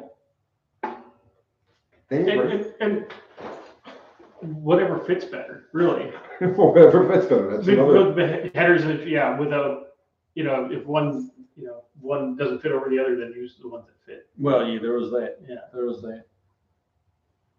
And is there going to be a real kick in the pants, like difference between the two headers? Like, No, but like you put the tri-Ys on and go, oh my God, this is freaking awesome. Dean Probably Stevenson not is that in the big a house. difference. Welcome, Dean. Yeah, but I think the Dean just said something about Kiwis being flat on the top and hemispherical on the bottom. But that was higher up. I think that was a picture of an actual Kiwi fruit or something. Where did I see that? or is he talking about his last date? His last date. Could have been, oh, I've lost it. I've lost it. I don't know where it was. Someone said something about that. Oh, well. Hey, there we go. Dean Stevens. Dean Stevenson's flat on the top, hemispherical on the base because it's a Kiwi. See the little picture? Very nice. Okay. Anthony Perna. I have to make my own timing curve. Is there a simple way to figure out what total ignition timing should be? Depends a little bit on the engine, but typically 34, 35 is like seems to be a fairly universal number. Yeah, if you got real good flowing heads in the 32s and Right. I equate total timing to bore diameter. So to give it to, okay, so to illustrate, I'll give you an extreme example. Okay, I'll give you an extreme example, and then you can kind of quantify it down from that. In the early days, when the 426 was first introduced to Top Fuel Racing, the standard tune-up on a 392 Chrysler had the magneto set at 40 degrees. 40 to 42 degrees was where they ran, okay?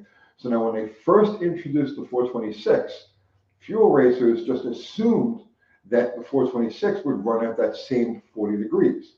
But it turned out the 426 needed 60 degrees to make the same power as the 392. Now, all else being equal, the only difference between those two engines was the bore. So the 392 was running at a 4-inch bore, and the 426 was running at a 4 1/4 inch bore. So that 1/4-inch bore difference required an extra 20 degrees of timing to make the same power. And that's what nitromethane, which is very slow burning fuel, but the principle is the same.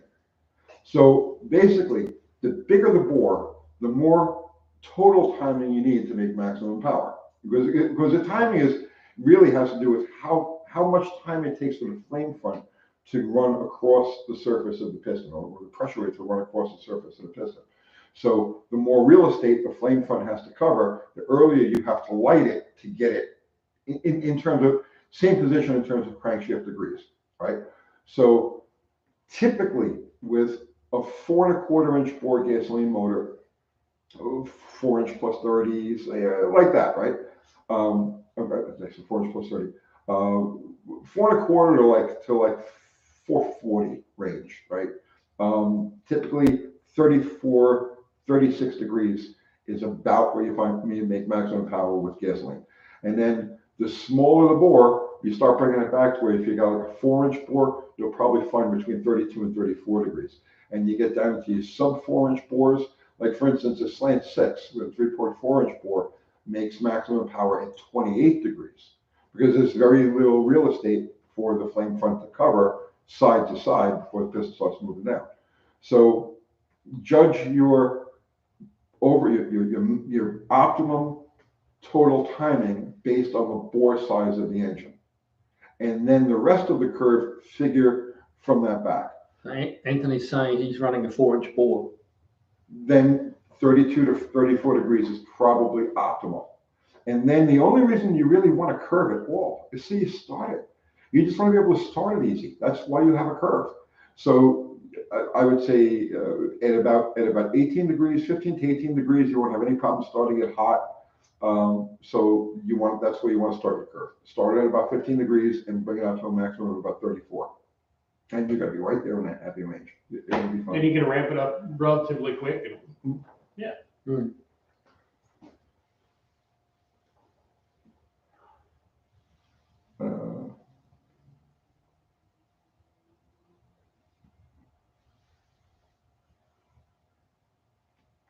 Right around a 4-inch bore. Okay. Let's see. At Zero saying Rocco a camel clutch. What's a camel clutch? I have no idea. Okay. Probably different than a buffalo clutch. No, absolutely different than a honey badger clutch. But not nearly as massive as a mastodon clutch. Yeah. What about well, no. I don't know. Yeah.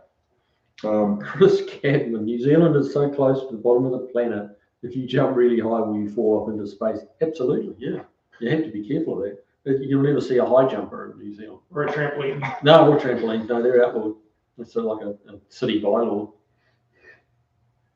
It's not April Fool's today, is it? No, that's what it was earlier in the week. Yeah. It's always April Fool's around here. Vilified saw many 4-cylinder Camaros. Okay. I've seen them too. Good night, Anthony Perna.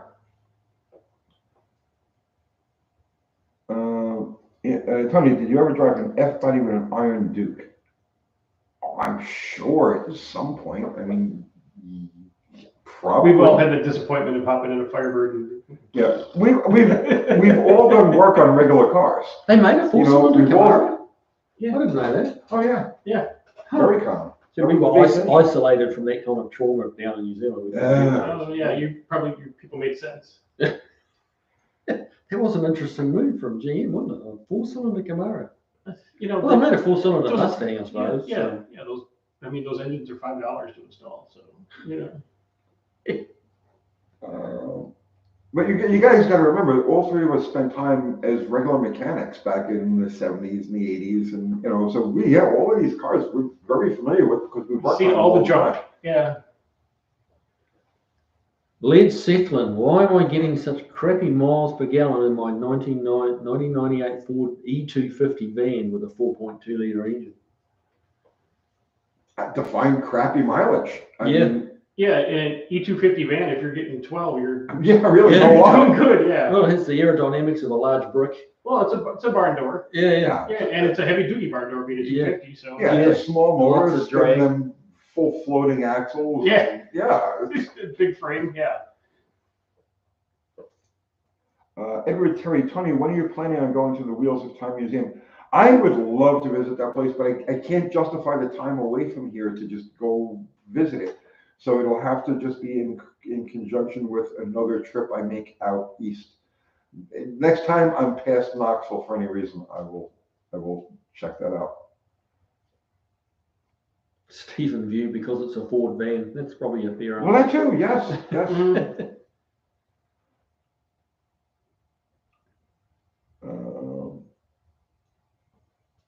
Ford vans, overweight, underpowered.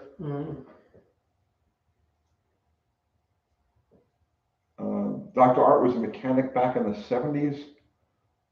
Well, you're about 3 years younger. How old are you? 56. 56. Yeah, so you came in around Yeah, 1980. in the 70s, there was, Yeah. big wheels and things like that. Right. Yeah.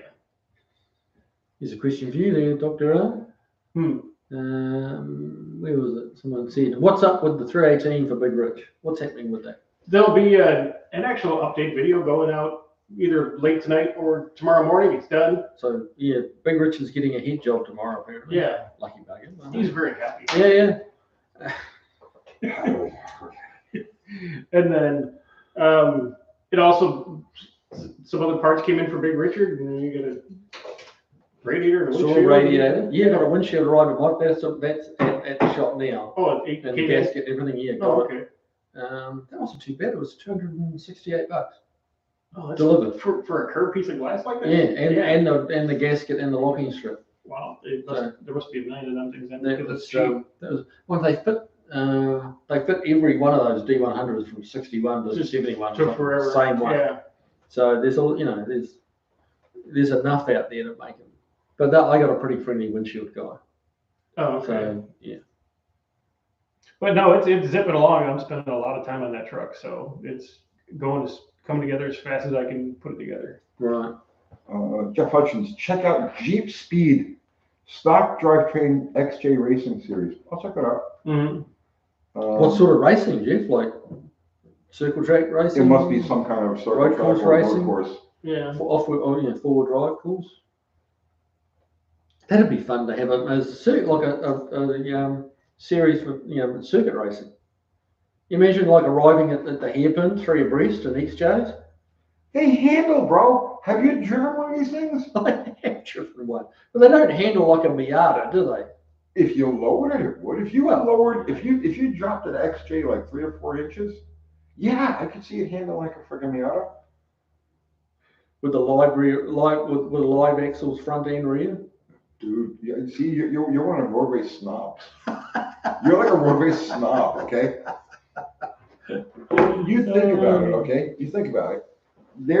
Okay, so on a road race car, you would put huge honking sway bars on the thing, right? Right. Crazy the left and huge the right, to yeah. eliminate all of that. Okay, it's got a beam axle. Think of it as the ultimate roll bar.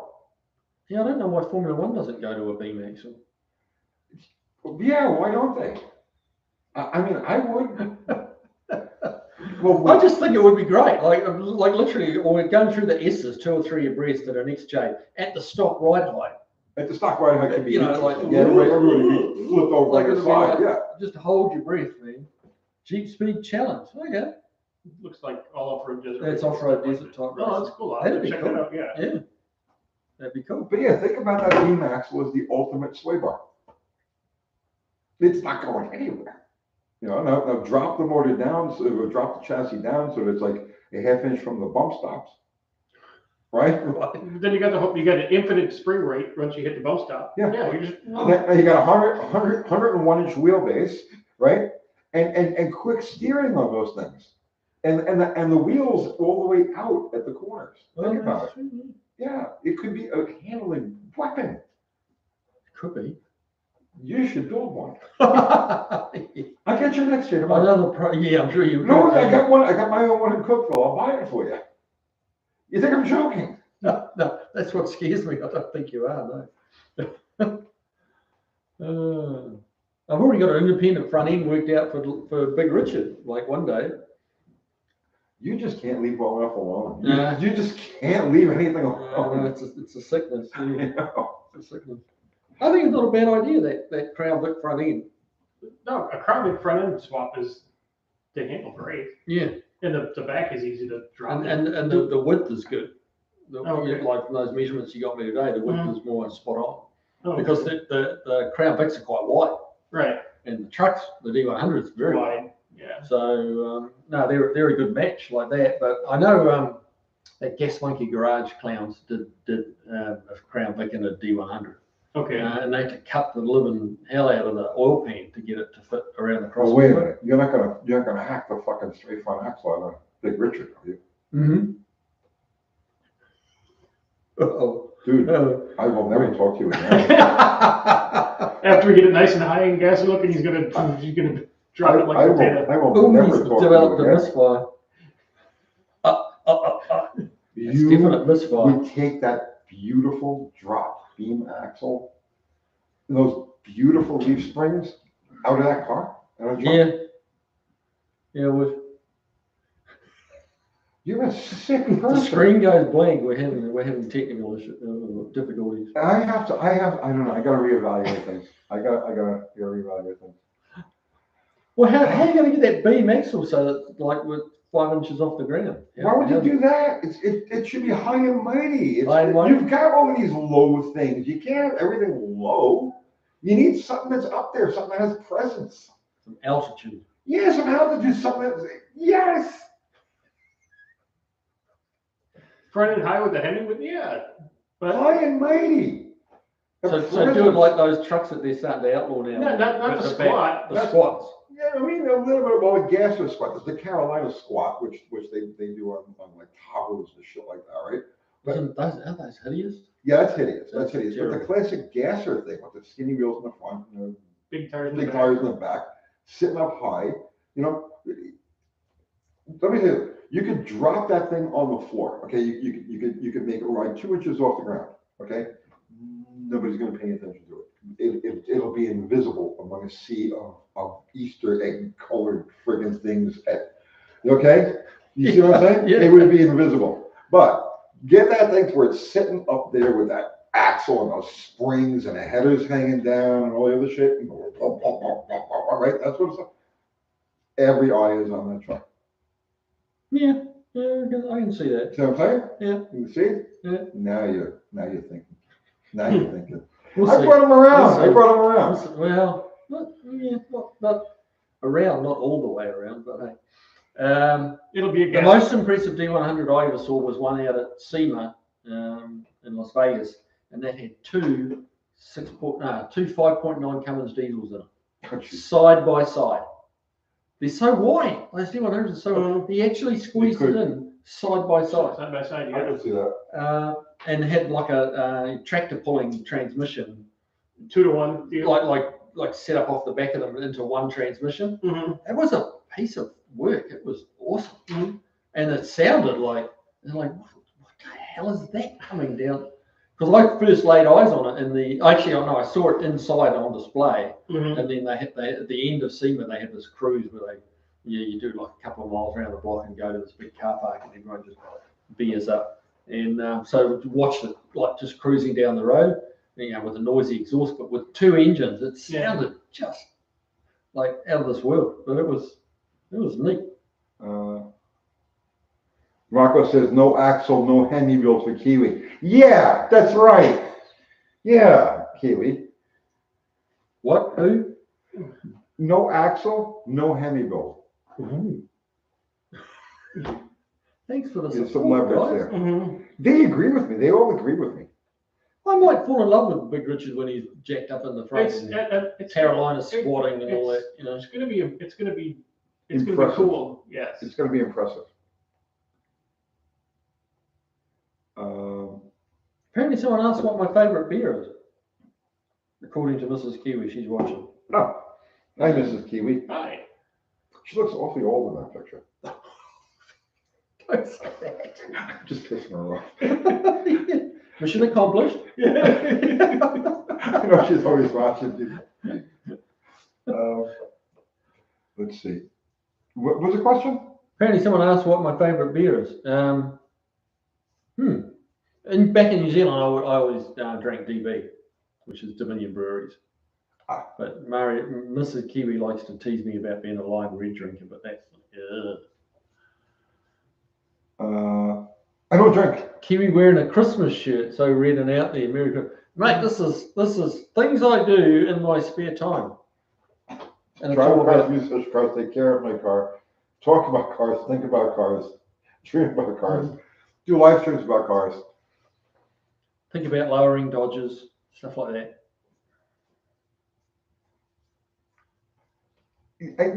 She knows I'm joking. Mrs. Kiwi is a very beautiful woman. Chris Cadman, my favourite beer is bourbon. There you go. You can get bourbon flavoured beer now too, like brewed in the barrels. Yeah. I had some coffee flavoured beer the other day. Really? Yeah, it actually wasn't bad.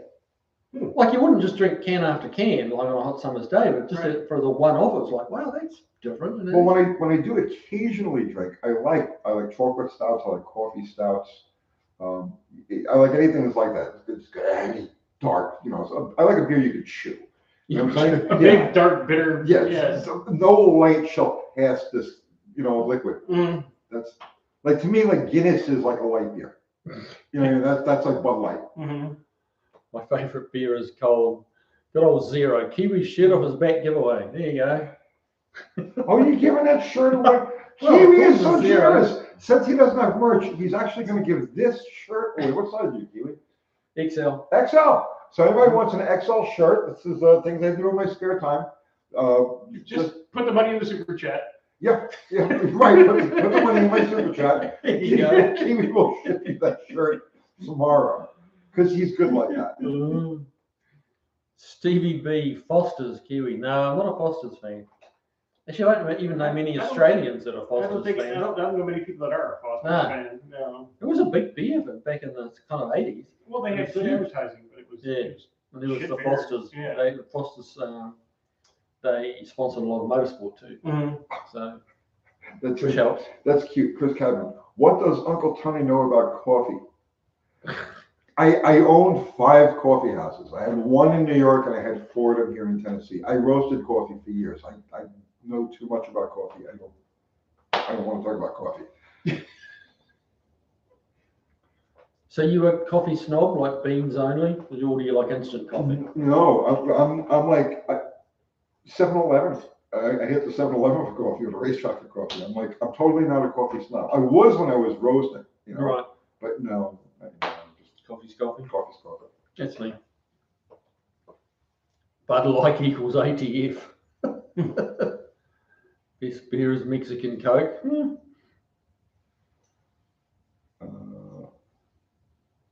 Tony would have a steakhouse. See, I never owned a steakhouse, but I was a power eater for a long time. I still am. And they've always got those steak challenges. Finish it in however many time and it's free. I never lost one. But the last one I did almost killed me because of the freaking potato. Because they make you eat. Okay, so they give you the plants and all the vegetables and all the bullshit. Yeah. Yeah. So now I never even came close to getting beaten on one of these challenges. But the last one I did was here in town, actually. I forget the name of the place, but they had a steak deal there. And it was a 72-ounce steak. Gee. And Texas toast and a potato. All right. So I wolfed the steak down. I mean, like literally like 10 minutes, 15 minutes. How many pounds is that? My math's 5 pounds. 5 pounds. Wow. So I wolfed the steak. It was gone. It was done, right? And the toast, easy, down, right? And then the last thing was a potato. And now I'm taking my time on this potato now, right? Because the clock has got covered. Well, the potato was like raw. It was like a baked potato, but it was only like baked on the outside. And it tasted like metal. And I knew that it was a ringer. They specifically, somebody comes up for the steak challenge, you give them that potato, right? Yeah. This thing was a monster potato, and it was raw. Half done and wrapped in mercury. I got like halfway through it. I couldn't chew it anymore. My jaw hurt. It was terrible. I was like taking nibbles out of it and drinking it like with water, right? Mhm. And then now the clock is going, and I only got like less than a minute left, and I still had a chunk of potato there, and it's stuck. Like there's just, you know what I mean? It's stuck. And I was, and the guy's looking at me like you know, he's like, you know what I mean? Yeah. Fuck you. And Yeah. I two or three broken into 2 or 3 pieces and literally jammed them down my throat. Ran out the time, Mhm. and it was it. But it was stuck in my throat, and I couldn't move. I was like paralyzed. I couldn't breathe. I couldn't. Have you ever had anything like really stuck in your throat? Like, okay. So Kathy had to drive to get me home, and like about halfway there, You just open the door. yeah, and that's the first time I ever did that. Hmm. But I almost, yeah, I came close to dying. It was pretty brutal. But Mrs. Kiwi said she is sensitive, Uncle Tony. She's crying in the corner all by herself while her husband is out playing with his friends. You're so not sensitive. And as she said, Mrs. Kiwi lived on a coffee plantation for a while in Papua New Guinea. I didn't know that. Mm. That's pretty interesting. That's quite the story. That is. Mhm. Yeah. Papua New Guinea was very, very third world, like back in the 70s. Yeah. And they got a lot of Kiwis and Aussies to go over there and try and help build the infrastructure. Mhm. So her dad ended up working over there.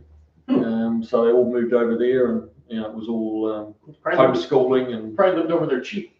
Yeah, I think cost of living was cheap and the wages were good, so that was that kind of set them up. But yeah, they lived on a coffee plantation, so she's a bit of a coffee aficionado. Yeah, she looks like way down her nose at me for drinking instant coffee. Like she just shakes her head. It's like, how can you drink that shit? Stray Bull's asking how many tacos can I eat in one sitting. I've never been in a taco eating contest. I won a rib eating contest here when I first moved here to Tennessee. Me and my friend Crazy Pete. Mm-hmm. He moved down here with me, right? And so we were only here for maybe like 3 months or 4 months. Actually, it was before Kathy and the kids came down. So I was living down here in my shop, and Crazy Pete was okay. So there was a place that had an all-you-can-eat rib contest, and they put your name up on the thing. So we won that, and that was tough. That was tough because the first like several plates of ribs they bring you, they're exquisite. They're awesome, right? Yeah. They're like delicious. It falls off the bone. And then as you go, right? The gristle gets Yeah, higher. yeah. So now you get like yak ribs. You know what I mean? It's like, and they smother it in this horrible barbecue sauce. It was like the level of barbecue sauce kept dropping. We powered through, and we won the contest. We came in 1 and 2. Me and I think he beat me. Okay. Right? But we were determined this was going to happen. So we got our names up on a plaque, and they closed the place down like 2 weeks later. Yeah. So it was like my big moment of glory lasted 14 days. Yeah. My brother once won. I was a power drinker too at one point. Not an alcoholic, but a power drinker. It's like, how much can we consume, right? So my brother, it was the same way. Normal James, he pops on here at Swamp Rat. Mm-hmm. He won a beer contest. There was a bar on Staten Island. I don't remember the name of it, but they had 100. Their claim to fame was that they had 130 something beers, individual different beers in stock. Mm-hmm. And if you could drink all of them in one sitting, you got your name on a plaque and the whole 10 yards. So him and one of his buddies sat down on a Friday afternoon, and they stayed with it 24 hours, right, till Sunday afternoon, and drank their way through the entire menu, and got the names on plaques and everything else. Usually people take 6 months to do that, but you took a day and a half, so yeah. One sitting, you know what I mean? So that was it. Sat down and they cleared out 130 something beers. Wow. So Dave Abbott says, I raced in '68 at Buff Valley with a 392 Plymouth station wagon. Can't wait to see large March run. That's kind of cool. What year Plymouth, Dave? Like, was it a forward look Plymouth or newer? Probably, but I had a 392 in it. Yeah.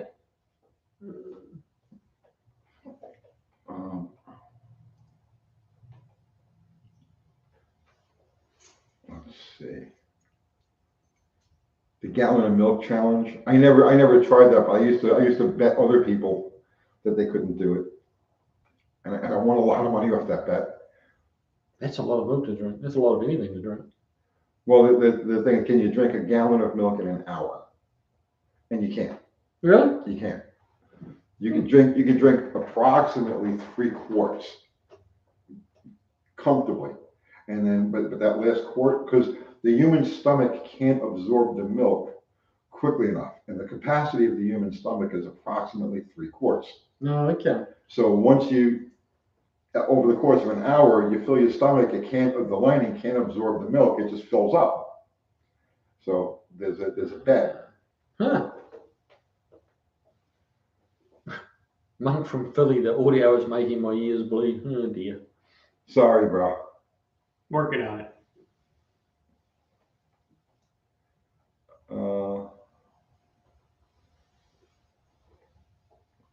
Mexican Spec is saying, next time you go to a Mexican buffet, see how many tacos you can eat. They don't have tacos there. They have lots of good stuff, but they don't have tacos on the buffet.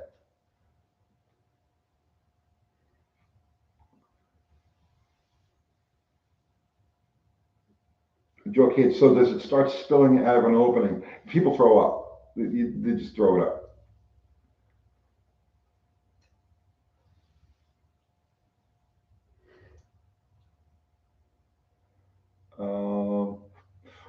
Rocco is asking, what end of the week content is coming up? What do you have, Dr. Art? I have a cylinder head video, and tomorrow's Thursday, so we'll go to the dogs. Okay. We'll have all the dogs. Oh, yeah. I'm going to come with you tomorrow. Yeah. Okay. And then I have some other stuff planned for Friday and Saturday, but that's a TBD. Okay. To be determined. Yeah. Keely, what is your You've been getting some killer views lately, bro. Yeah. The last couple of videos have done really well, and following on that Mustang that was a bit of a mess. Yeah. I finished the video up on that Flaming River steering, and yeah, so that I'm kind of roasting Flaming River a bit on that one because it's just a mess. It's just horrible. But yeah, go into a bit more detail on that and what's wrong with it and why. And also just been working on International Scout, which I've got the video in the camera for, but I've got to get it put together. That literally had 3-inch thick lumps of Bondo in it. Oh, Jeez. So, and just getting that knocked into shape and back on track. So yeah, so that's kind of the next couple of videos coming up. We'll do probably a short of Large Marge doing a drive-by. Might even try and see if we can't get the wheels to spin on it. Maybe haven't even done a skid on it yet, but we might have to put a bit of that recycled oil down to help her out. To get it rolling. I bet you I can get it to I'm sure you could. I'm sure she can do it. I just don't want to leave the transmission on a pile on the ground. That's all. I wouldn't hurt your transmission. When are you going to do it? I'll come by and be a special guest burnout. A guest burnout? Yeah. You want to do it Friday? When Friday? We're going to the track Friday. You're taking a blue thing to the track. Mrs. Kiwi, can he come out and play with us on Friday night? Tomorrow or Friday. So why don't we go? Okay, so I plan on. Well, I don't have to do the video tomorrow morning. Why don't we go to pause? Well, they open up at noon, Okay. so you get there about 1 o'clock. That was the plan, but we can. All right, so I tell you what, I could shoot the video I was going to do first thing in the morning, pass it up to Kathy and let her do the editing and all. I can meet you at pause. We can do that, and then we can go over and do burnouts with Large Marge. And he could be working. Yeah. Let's do that. Working. Okay. And All right. if we get bored with that, maybe we'll fire up his Buick and take it for a ride if we got time. Or if you got time to get it running. Yeah. Yeah, it's not a key I start. completely forgot about that thing. Yeah, that's still. All right, we got some cool stuff we can do this week. There's potential. There's potential. Tomorrow, I'm doing a side-by-side comparison of first and second generation Hemi blocks. Since I got my 426 and I have his 382 sitting next to each other. So we're going to do the comparison between the two blocks, which is something I've never seen done before. So that might be interesting for some of you guys. Mine only has 8 cylinder holes in it. That's one of the key differences. What's that? My block's only got 8 holes in it. Oh yeah, mine has several more holes. You have 9 years. 9 and a half. Yeah. So other than that, they're pretty simple. Raptor Ranch is new here. Welcome, Raptor Ranch. Welcome, sir. Or Vilify, Tony, ever think about getting a boom microphone? I have like 3 boom microphones at the house. I hate them. You can have it kind of just hanging here. Like, It makes me feel like I'm on doing like an AM radio. yeah, it's like I don't like. Welcome to Uncle Tony AM. I hate that, yeah. I want. But we need something. Something kind of improvement. I have this weird phobia, okay? Because it's like I do YouTube. I've done YouTube for a living now for over 5 years, but I hate to be reminded that I do YouTube and that I do YouTube for a living. And it's like I hate to think that this is professional. And so when things like microphones and stuff like that pop up, I'm like, no. You know what I mean? you can't even get you wear a lapel mic. No, because I'm in complete denial over what I do. I don't want to acknowledge it. Part of me inside is like, no, you don't do that. You're a mechanic. Go work on cars. That really is denial, isn't it? Mm-hmm. Yeah. I'm being honest. I mean,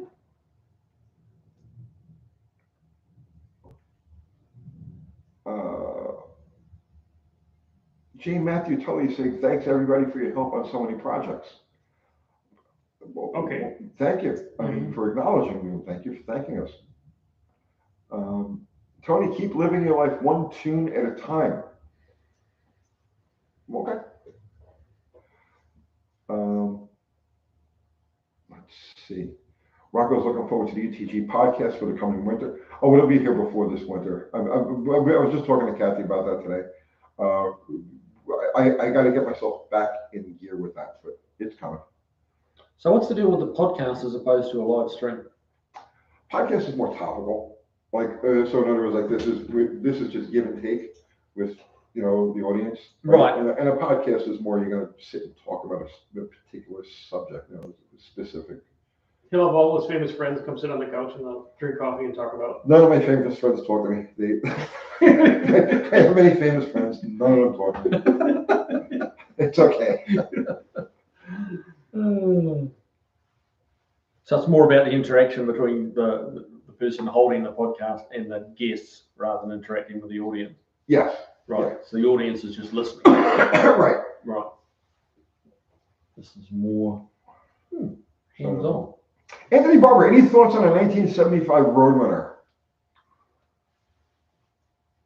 Yeah, I mean, it's the last of the true Roadrunners. It's the last of the RM cars. I don't really have any thoughts about them. I mean, neither of you? No. I have nothing bad to say about them. I think that graphic they put on the trunk was pretty neat. No, I don't really have any specific thoughts on them. You don't see a lot of them. It's because they didn't make many of them. Yeah. That was like the end of the line. Yeah.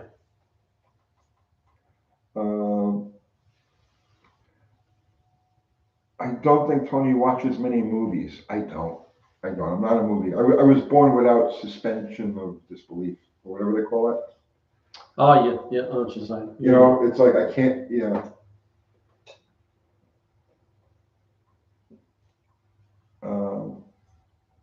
Raptor Ranch, my first car was a 69 Dodge Charger. That's a nice first car. So was mine. Oh, yeah? Yep.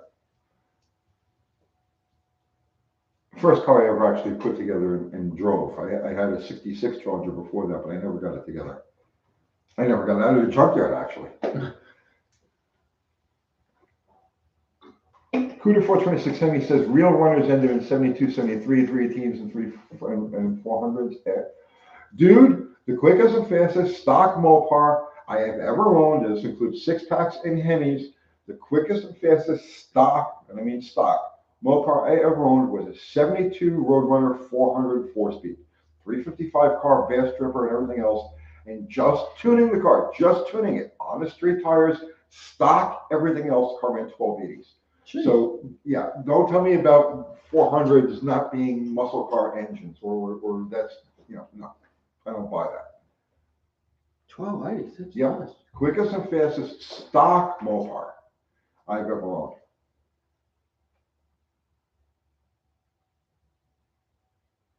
Brandon G, how familiar are you with LA 360s? Pretty familiar, I'd say.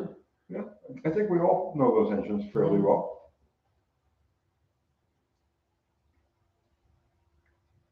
Yes, Zero, I have seen Chopper. That was good. That was a documentary. Well, was it a documentary? What would you call that?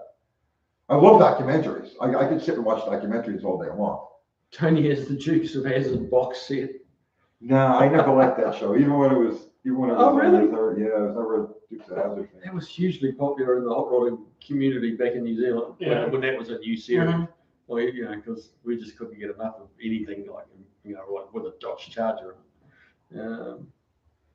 And we didn't, you know, we had no concept of what the Confederate flag on the roof, you know, It just, yeah. straight over here, like, Yeah. oh, okay. Yeah. Cuda 426 in New York. Yes, I assume you're talking about that Roadrunner 355s. Is a 63 413 worth rebuilding? Yes, Yeah, why not? it's a small bore 440. Just think of it that way. Mhm. What about Vanishing Point? Do you like that one? That's a good movie. I haven't seen it in probably, oh God, 25 years at least. Okay, so Vanishing Point, that movie. So we used to run out. So okay, you guys familiar with what was that freaking channel? The show Mark Mormon, Graveyard Cars. You familiar with Graveyard Cars? Okay, so the guy who he buys parts from, Tony D'Agostino. So Tony is from New York, and I know Tony from the time he was a teenager. And we used to get, me, my friend Paul Antonis, and one or two other guys, we'd go out to his place, buy parts and stuff, and then hang out and get wasted. And we did this a couple of times and watched Vanishing Point. That's how I always remember watching that movie over at D'Agostino's place. And we were kids. I was like 20 years old. Crazy Larry, yeah, is a good one for Mopar. That was a good movie. Dirty Mary and Crazy Larry, wasn't it? Something like that. Yeah.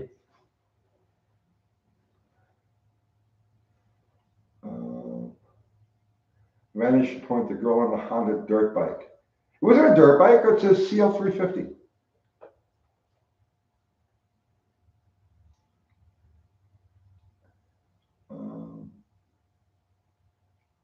Tony is great. There you go. See? Yeah. Ford Cuda 426 here. Yeah. Okay. Yeah. Yeah. All right. We're convinced. Okay. That's why none of my famous friends talk to me. Let's see. At zero. Christina's Greatness. That is an awesome movie, Christine. I saw it when it came out, but I haven't seen it since. Really? Yeah. Oh, it's a great movie.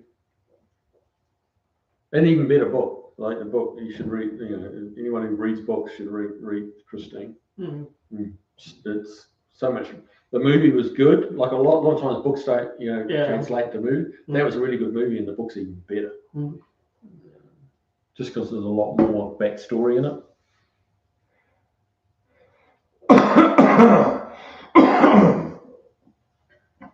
Text question. What? Oh, well, Stray Bullet said a minute ago, like, what? Not even Daisy Duke didn't do it for you, and then he goes, someone had to say it. Well, Oh, and then, what were you gonna say? Daisy Duke was Daisy Duke, but you can't just sit through this whole freaking show to see like 30 seconds of Daisy Duke. So we actually had real girls back then. You know what I mean? Didn't actually have to watch TV to see Daisy Duke. I could have just. It was New York in like the late 70s. I could have just gone to the 7-Eleven and seen like 30 Daisy Dukes. They were all over the place.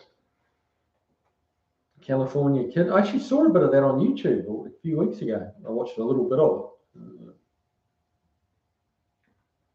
Corvette Summer. Yeah. That's cheese. The girl in Vanishing Point was on a motorcycle. Yes, it's a 71 CL350 Honda.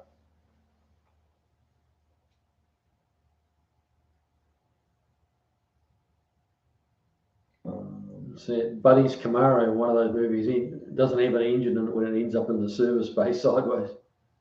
But yeah, that kind of thing went on. If you ever watched that 55 Chevy American Graffiti, Mhm. when it rolled over, it was a 6-cylinder car. Yeah, and you can see the big pole that launched it. Yeah. Yeah. Where they had it. And then, the single exhaust pipe, Yeah. little wee pea-shooter pipe Yeah. coming out of one side of the engine bay.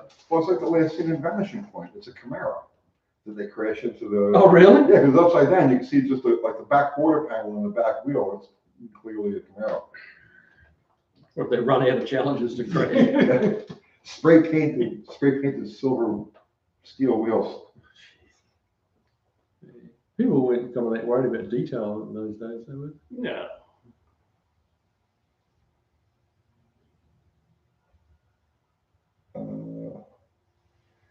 Aceman 2K, same thing in Goldfinger. The Lincoln has no engine before it gets crushed. Okay. Ever watch Fast Company movie? There's an intolerably bad movie. But the one scene where he pulls the funny car, I think he steals. Did you ever see that movie, Fast Company? I don't think I have. Doesn't sound familiar, no. Yeah, it was terrible movie, right?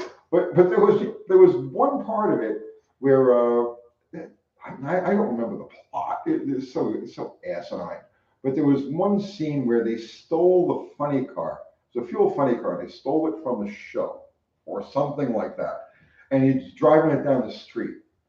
So he pulls it out of like this building, and it's doing like all the 1970s fuel funny car things. You know what I mean? It's awesome in every way. And there's these two kids that are sitting at a traffic light in their car, and they look over, and this thing pulls up next to them.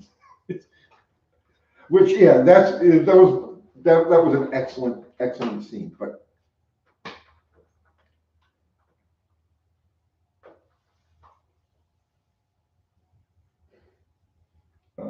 Jake Rice, American Graffiti with a question mark?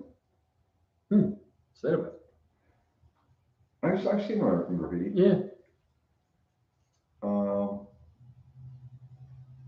Andrew Button says two-lane blacktop has real racing in it. Big Willie Hemi Superbird at the beginning of Daytona. Not Superbird, Daytona. Mr. Saltwater, thank you for the super chat.